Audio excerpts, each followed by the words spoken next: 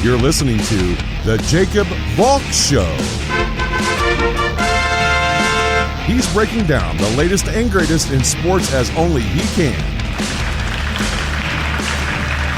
Follow him on Twitter at RealJacobValk. Here he is, Jacob Valk. Hello,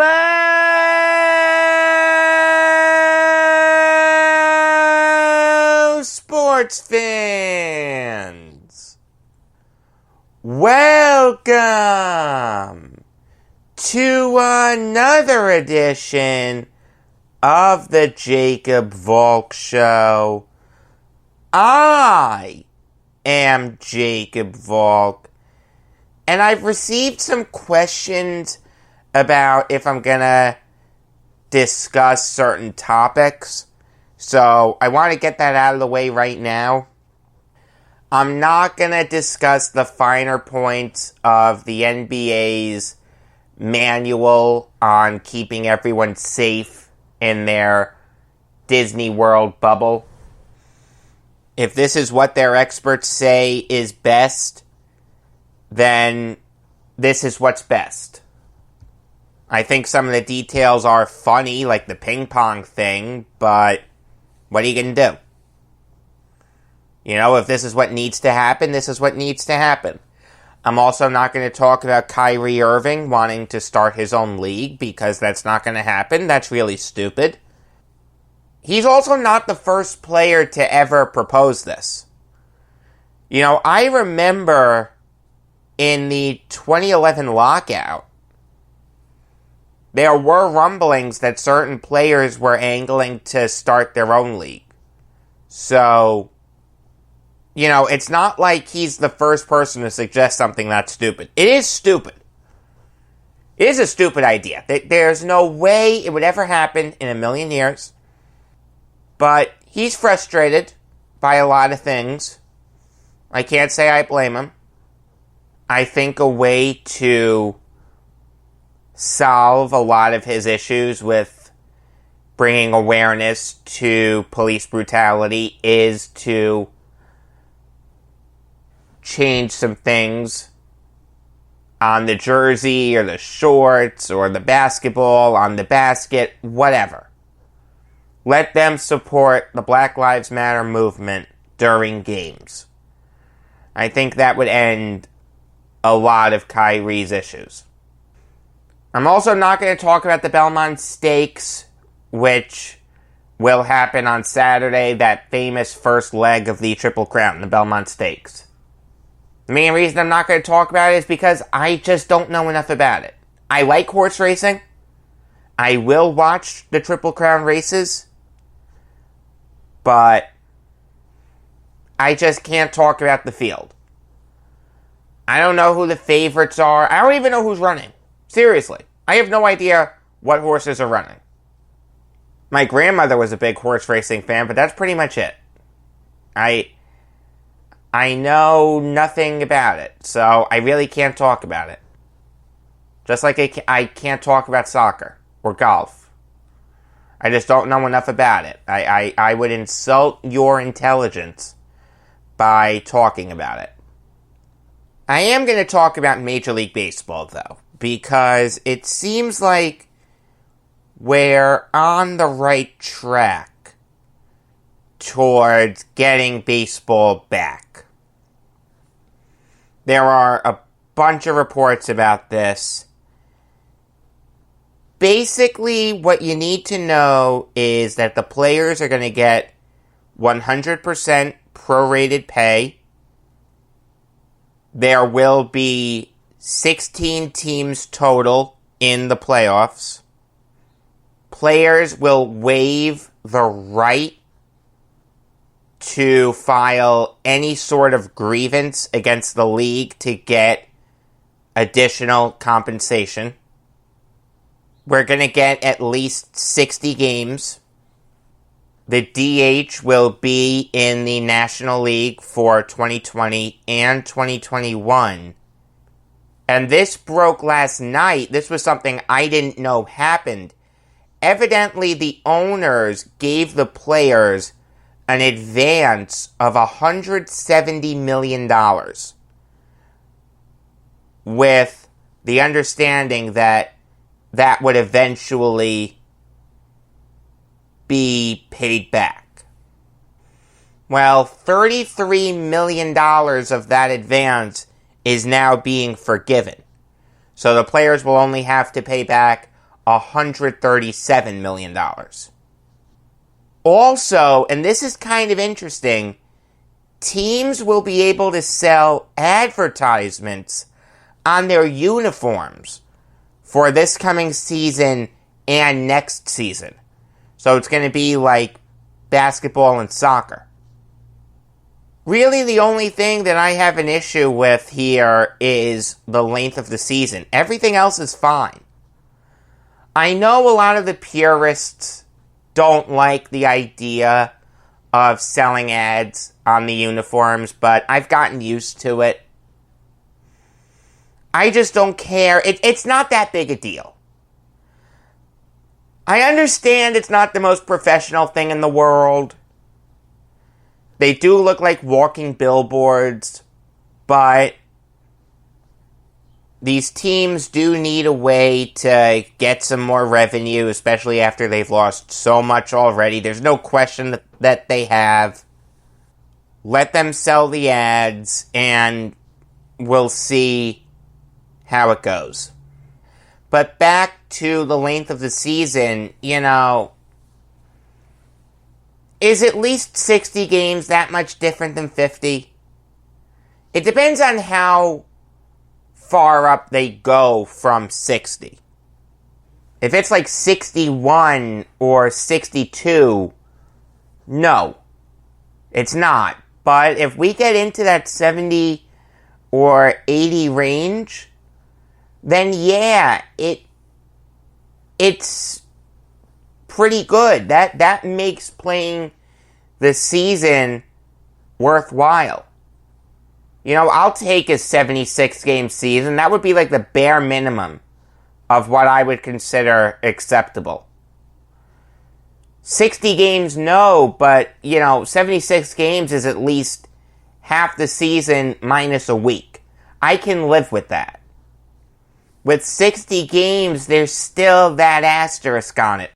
With 76 games, there's less of an asterisk than there would be if it was just a 60-game season. 60 games is just 2 months. I understand that 76 games is 2.5 months. Not that different, but we're still closer to half the season. That should have been the goal from the get-go. Half the season. Instead, everyone got cute. The Players Association tried to get 114 games. The owners tried to get, 50 or 60. Just compromise at 81. And it's kind of funny with this story, just off topic for a minute. My friend Matt texted me, right after I posted yesterday's show that it was done, the owners had an agreement with the players, and we were going to get baseball. He sent me that John Heyman tweet. And the first thought that went through my head was, you've got to be kidding me. Right after I post the show yesterday. But I'm actually glad I waited because we got more information now. So it all worked out in the end. But back to the number of games, because I think that's the biggest issue. 60 games, there's still a huge, huge, huge asterisk, and I don't think it's worth playing the season. How can you get into baseball for 2 months and then you hit the playoffs? Again, a 10-game losing streak and that's it. Forget about it. You're still going to see these teams make the playoffs that shouldn't. An 81-game season, at least, there's less of a chance of that happening. You'd still see the really good young teams like the Blue Jays, closer than they probably should be. But The Blue Jays were due anyway. I mean, you take a look at that young core. Guerrero, Biggio, Bichette, Gurriel, Tellez, Austin Martin, if he makes the team right away. There are rumblings that could happen. They're going to make the playoffs at some point. If they make it a year early, okay. 60 games, though, you're going to see teams like the Mariners and the Tigers and the Orioles in it until the bitter end. The Marlins, too. It won't work. The goal should have been 81 games. Instead, everyone got greedy. 76 I could have lived with. 74 I could have lived with. And anywhere in that mid-70s range. 60 to 69? That's tough. That's tough for me to get behind. I'm going to have a tough time getting into baseball this year. I'll tell you that. And I will say this while I'm on the topic. Anthony Fauci said that he tried to have baseball end before late October, because we're going to get the flu season with the coronavirus. With all due respect to Dr. Fauci, and I like Dr. Fauci, alright, obviously a very smart guy, trustworthy guy, everything he says is worth listening to, but to try to speculate on if we're going to get a second wave, to me is irresponsible. I don't believe that a second wave of this is inevitable. And I'm not saying that we're going to get a vaccine before then. Obviously, I hope we do. Everyone should get that vaccine. Everyone should get vaccinated, period. But especially get the COVID-19 vaccine. But no, I don't think a second wave is inevitable. We're having increases in testing, both in terms of what tests work and the availability of those tests. I don't know if everyone's going to have the ability to test themselves daily, but I think we're going to get enough tests out there that by October, there won't be a second wave. The only reason why you're seeing the numbers go up is because testing has gone up. Okay? Realize that. It's not like there's this new wave of the coronavirus that's coming. That's not what's happening. What's happening is that tests are becoming so available that more people are getting their hands on them. And we found out that these people, like Kareem Jackson and Dale Jarrett, have the coronavirus. But the good thing about getting tested is you can stay home. Everyone who's going back to work should be able to test themselves very, very, very frequently. I'm not going to say every day because I don't think we have enough room for that. But test yourselves as much as you can, and if you test positive, test again. False positives exist, and then go from there. But this idea that we're going to have a new wave of the coronavirus with the flu, I just don't like dealing in hypotheticals like that. See, the thing is, if you're wrong, that really lessens your credibility. That's the boy who cried wolf.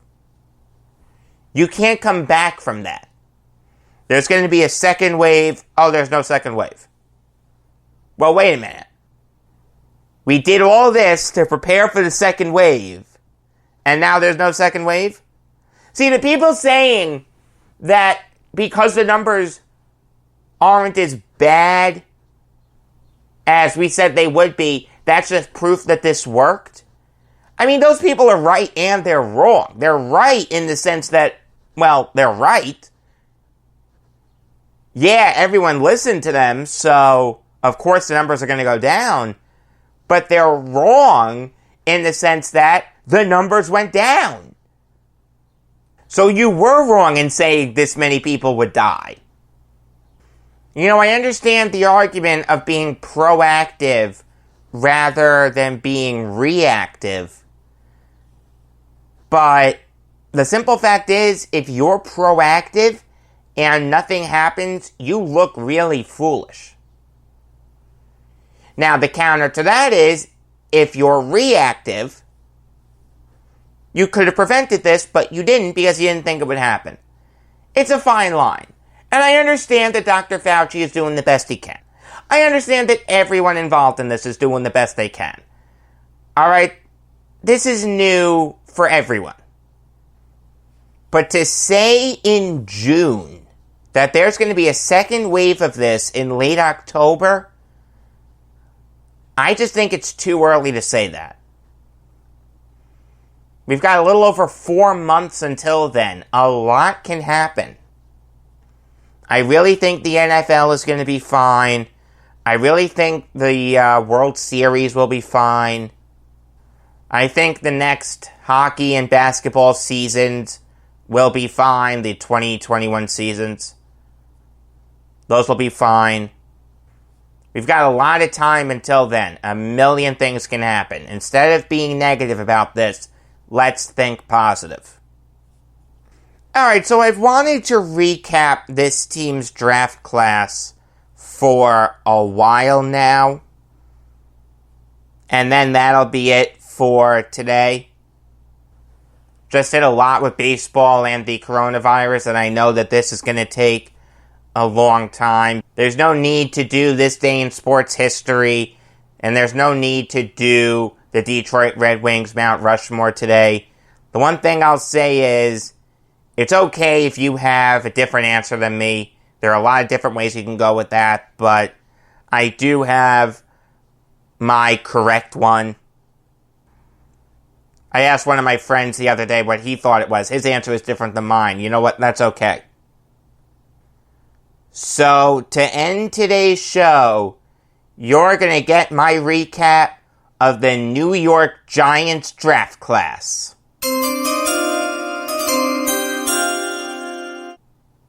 Dave Gettleman really needed to hit this draft out of the park. The guy was under a ton of heat at the end of last season. He follows that up by hiring a no-name in Joe Judge.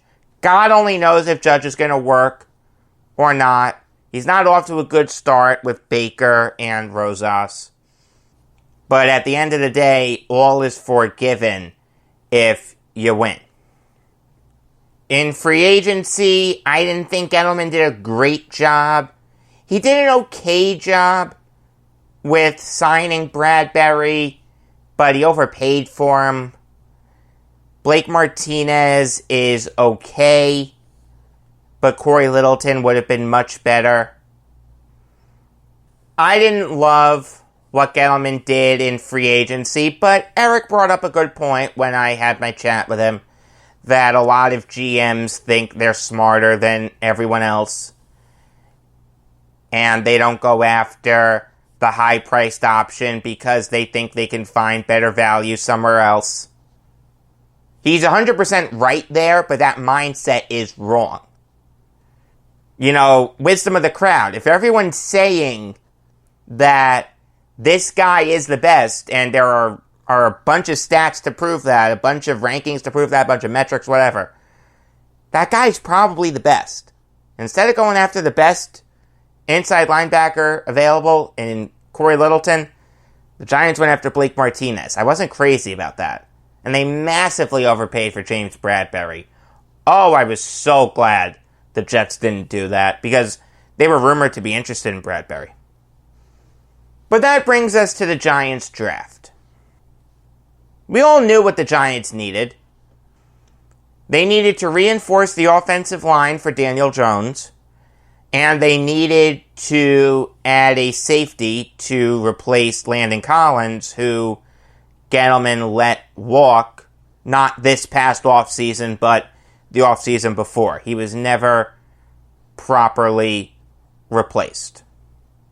With the 4th overall pick, Isaiah Simmons was sitting there.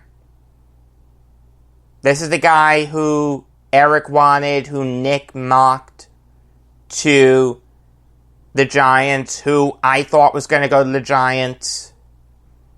I thought he filled their safety need really well. And in the 2nd round, pick an offensive lineman.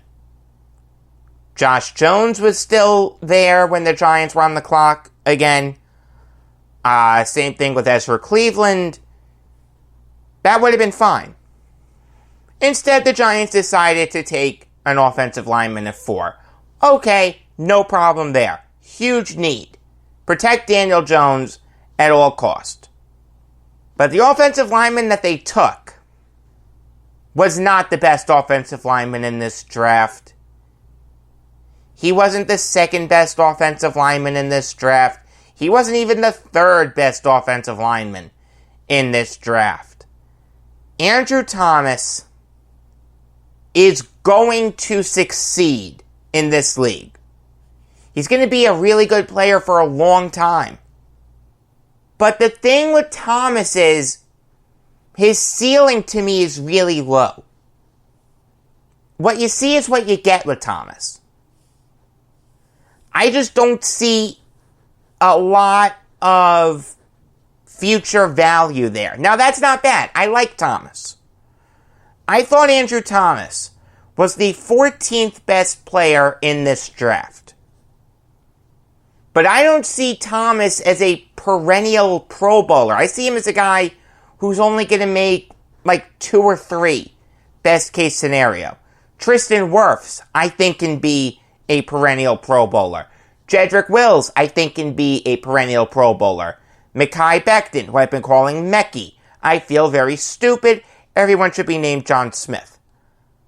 But Becton, I think, can be a perennial Pro Bowler. Thomas, I don't see it. And I had said this in the mock draft. This isn't me hating on the Giants. I said this in the mock draft with Nick, that I thought his ceiling was low. Now, he has a high floor. Does nothing wrong. The worst part about Thomas is he didn't play great at Georgia last year. You know, this is a guy who was picked a year ago as a potential top 5 pick. And Thomas's play dipped last year. He also didn't have a great combine. And the NFL is skewing towards more athletic offensive linemen. Thomas is going to work out. He's not going to bust by any stretch. But there were better players available. I use the phrase right position, wrong player because, see, I'll use the Jets as an example. I thought Tristan Wirfs was the best offensive lineman in this draft, and Wirfs was on the board for the Jets. Instead, they took Becton. Okay, fine. I can live with that. I thought Becton was the 2nd best offensive lineman in this draft. That would be right position, wrong player for me to get really upset about that pick. With the Giants, it makes sense because it was such, I don't know if reach is the right word, but there were better offensive linemen available, and I think you're going to see it for a long time. I think Wirfs is going to be great for the Buccaneers. I think Wills is going to be great for the Browns. I think Becton is going to be great for the Jets. Thomas, I think, is just going to be very good. Again, really low ceiling. That's when it's okay to do right position, wrong player. No better example of that than last year with the Giants, Daniel Jones. There were a lot of people that said the Giants needed a quarterback. I wasn't one of them, but if the Giants wanted to take a quarterback at 6, Dwayne Haskins or Drew Lock, well, not Drew Lock, but Haskins would have made sense. Lock would have made more sense, but not at 6. Instead, they took Daniel Jones. Everyone was killing the pick. That's right position, wrong player. No one could deny that the Giants needed a quarterback of the future, but the way they did it was wrong. Haskins would have made perfect sense. Lock would have made more sense than Jones. It still wouldn't have been the right move, but I think both those guys are going to have more success than Daniel Jones in the future. Gettleman has not set this team up for the future as well as he thinks he has. I promise you that. He did make up for it, though, with one of the steals of the draft. Xavier McKinney, I thought, was the 17th best player in this draft. I thought he was by far and away the best safety in this draft. This is a guy who does everything right. Great cover skills, great ball skills, really smart, great in run support, played well at Alabama, great frame, durable player. I know Nick Saban likes him. The fact that he slipped to the second round is insane to me. He's going to make Giants fans forget about Landon Collins. That was a fantastic pick. Gettleman didn't stop investing on the offensive line. He made a total of 3 picks on the O-line. Nothing wrong with that, in theory, but I wasn't crazy about the first one, and I really didn't like the second one. Matt Pert was a mid to late 4th rounder to me. He played really well at UConn. I liked watching him play at UConn. Great frame, team captain, durable player. I don't think he missed a game. If he did, it wasn't that many. He played a lot at UConn. And played well. Man among boys. But when you try to project his game to the next level, I just don't see it. I see a guy who's not as strong as he needs to be to succeed in the next level. He's not a good run blocker. He's a smart player. Good in pass protection. Jones will like him. But Barkley won't. It was a little bit of a reach. It wasn't the most egregious of reaches. Again, offensive line was a huge need for the Giants, so I can't kill them too much for that pick. But, again, I wasn't crazy about it. There were better offensive linemen available. Darnay Holmes made a ton of sense, though.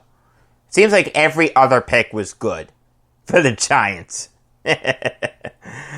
Profiles is a really good nickel corner.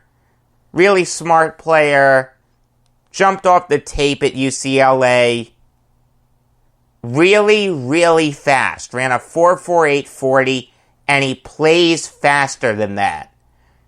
Good ball skills. Good in run support. He can't tackle someone one-on-one in the open field, but he can slow them down enough that another player can bring him down. The thing is, his cover skills aren't where they need to be. He only had 2 interceptions last year, and he's really small, even for a nickel corner. 5'10", 195 pounds. But this fit Holmes' range as a mid-4th rounder. I like the pick. I really do. Continuing the trend of every other pick, Shane Lemieux did not make sense. Shane Lemieux was a borderline undraftable prospect to me. This is a guy with a ton of experience, played 5 years in college. But what I don't like about him is his ceiling is just so blasted low.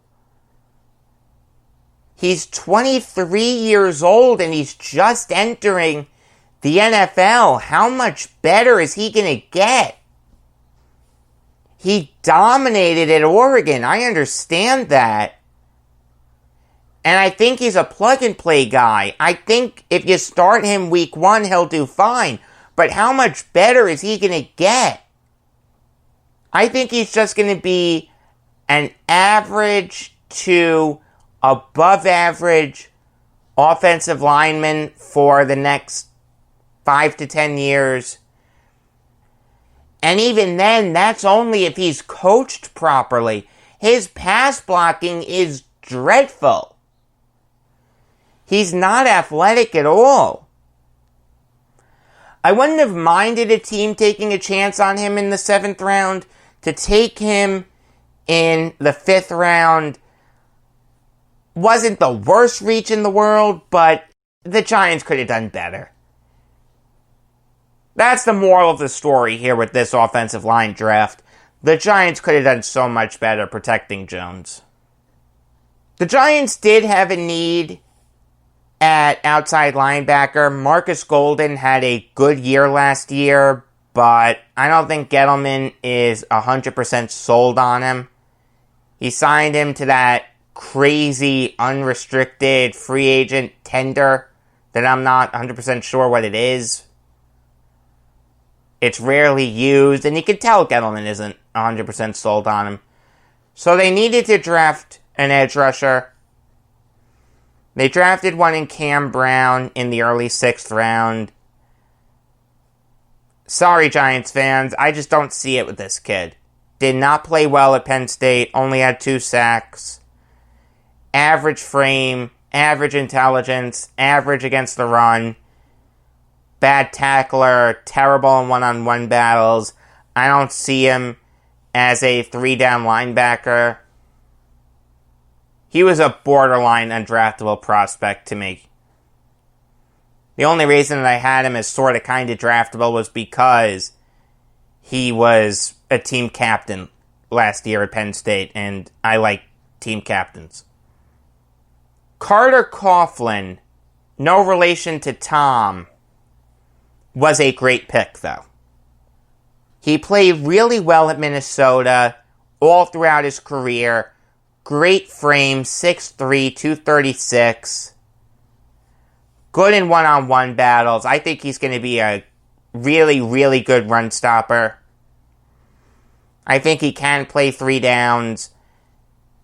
His pass defense does need to get a little better.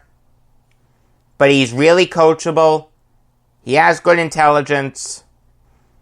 I like that pick. I think Coughlin has more of a chance of succeeding as an edge rusher than Brown does. I'll tell you that. TJ Brunson fits the Joe Judge mold of tough players, old school football.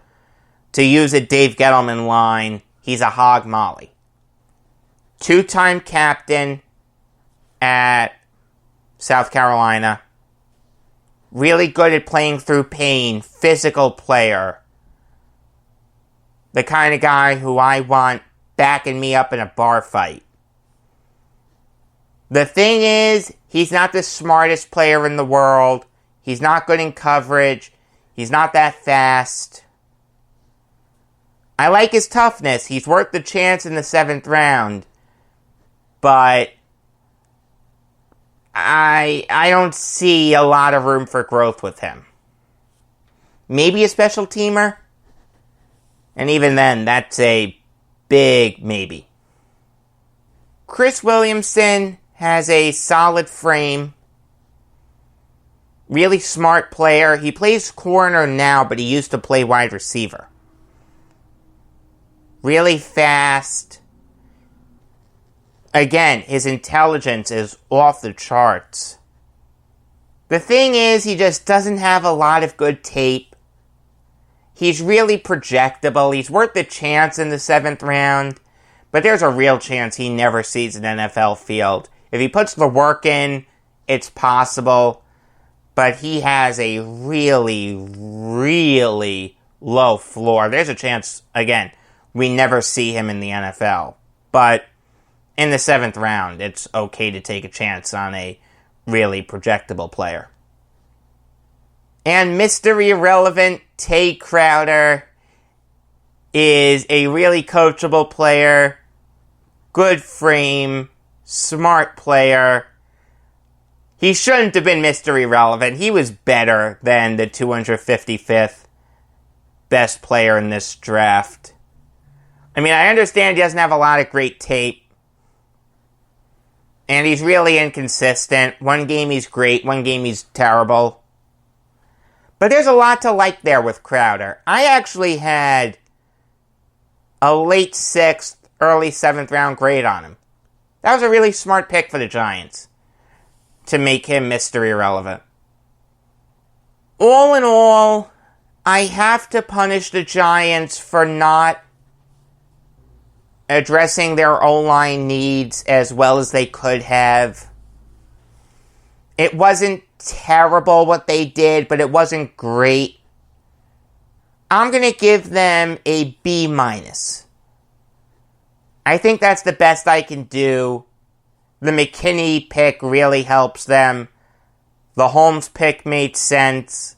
The Coughlin pick made a ton of sense, even though there's no relation to Tom. Chris Williamson and Tay Crowder can succeed if they're coached right and they put the work in. But the offensive line picks, which was by far and away their biggest need, just brings their grade down. Tomorrow, maybe the agreement to get baseball back on track gets finalized. I hope it does. This has been going on for way too long. Let's just get it done. Maybe the trifecta, and maybe not. Until tomorrow, I am Jacob Valk saying that baseball players are smarter than football players. How often do you see your baseball team penalized for having too many men on the field?